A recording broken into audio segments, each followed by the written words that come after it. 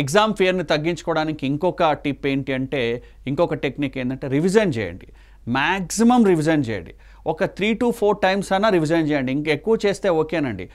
ఎక్కువ రివిజన్ చేయడం వల్ల ఏమవుతుందంటే మనకు బాగా గుర్తుంటుందండి. అంటే ఎగ్జామ్ హాల్లో మనకు చూడగానే క్వశ్చన్ చూడగానే ఆన్సర్ వచ్చేస్తుంది. మీరు రివిజన్ చేయలేదనుకోండి, ఆన్సర్ వచ్చినట్టే ఉంటుంది కానీ రాస్తే రాదు. మనకు మైండ్లో ఉన్నట్టే ఉంటుంది కానీ రాదు. సరి అయిన ఆన్సర్ గుర్తుండదు. మనం డిస్క్రిప్టివ్ ఎగ్జామ్స్ రాసేటప్పుడు ఆ సెంటెన్స్ పూర్తి కాదు, మధ్యలో ఆపేస్తాం. లేదా ఒక సెంటెన్స్ రాసి ఇంకేం చేయాలని ఆలోచిస్తుంటాం.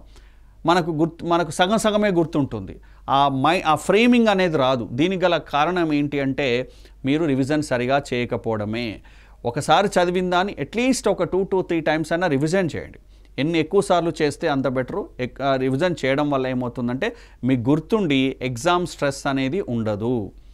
ముందు చదవడం స్టార్ట్ చేయండి, ఆ తర్వాత చదివింది రివిజన్ చేయండి. దీనివల్ల ఒక రకమైన కాన్ఫిడెన్స్ వస్తుందండి. నేను చదివాను, రివిజన్ చేశాను, ప్రాక్టీస్ చేశాను, డెఫినెట్గా నేను ఎగ్జామ్లో మంచి మార్కులు తెచ్చుకుంటానటువంటి ఒక పాజిటివ్ దృక్పథం వస్తుంది. సో పాజిటివ్ మైండ్తో మీరు ఉంటారు, ధైర్యంతో ఉంటారు. కాబట్టి ఎగ్జామ్ని ఇలా ఆడుతూ పాడుతూ నవ్వుకుంటూ ఈజీగా రాసేస్తారండి. ఇది ముఖ్యంగా పాటించండి. ఇటీవల అధ్యయనాలు కూడా ఇదే చెప్తున్నాయండి. ఏం చెప్తున్నాయంటే ఎవరైతే పాజిటివ్గా ఉంటారో, పాజిటివ్ థింకింగ్ ఉంటుందో, ధైర్యంగా ఉంటారో వాళ్ళు చదువులో ముందుంటారు. ఎగ్జామ్ హాల్లో కానీ ఎగ్జామ్కు ముందు కానీ స్ట్రెస్ అవుతే ఇవన్నీ రివర్స్ అయిపోతాయండి. అంటే మనం సరిగా పర్ఫామ్ చేయలేము, ఇతరత్ర ప్రాబ్లమ్స్ వస్తాయి.